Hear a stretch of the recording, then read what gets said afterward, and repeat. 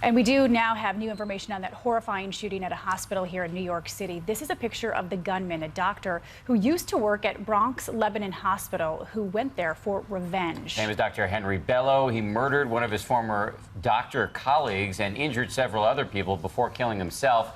And this morning, the New York Daily News is reporting Dr. Bello sent the paper this email rant just hours before the shooting. In the email, Bello says he was fired as a result of, quote, bogus complaints, and goes on to say, it remains to be seen if my life is meaningless or disposable, end quote. As the chaos unfolded inside that hospital, hundreds of patients and staffers scrambled for safety. In a moment, we're going to hear from the father who had to hide in a bathroom with his newborn right here, who was in an incubator. ABC's Stephanie Ramos is at the hospital. Stephanie, good morning to you.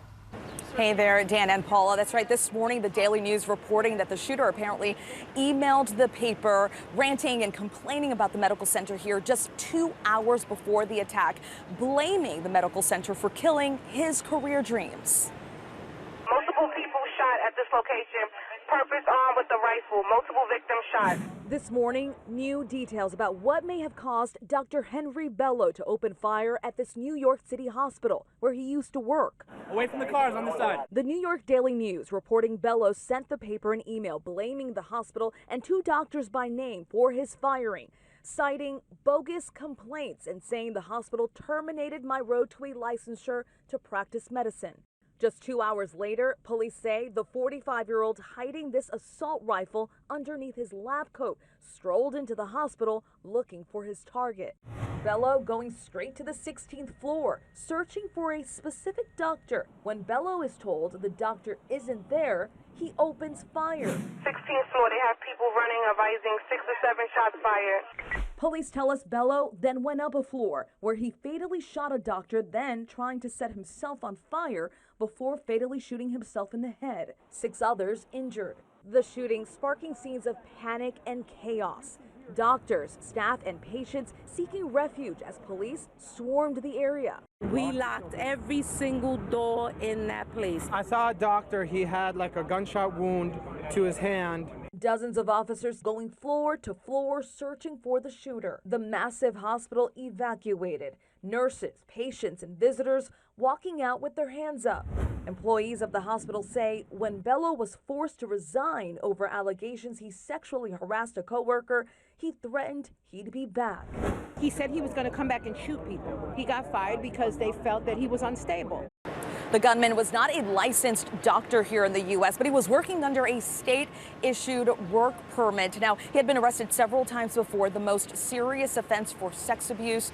Police are still investigating this and really trying to figure out exactly what made Bello came back here. But if Dan and Paul, if there's any sign of healing out here, it may be just a few rainbows we've seen out here in the Bronx this morning. Back over to you. This is just a horrifying story. Stephanie, thank you. You know, as we mentioned, while the attack was being carried out, the staff inside the hospital was forced to unplug incubators and hide babies in bathrooms. And just moments ago, I spoke with Eric Fisher, a father who hid his newborn while the shots were fired.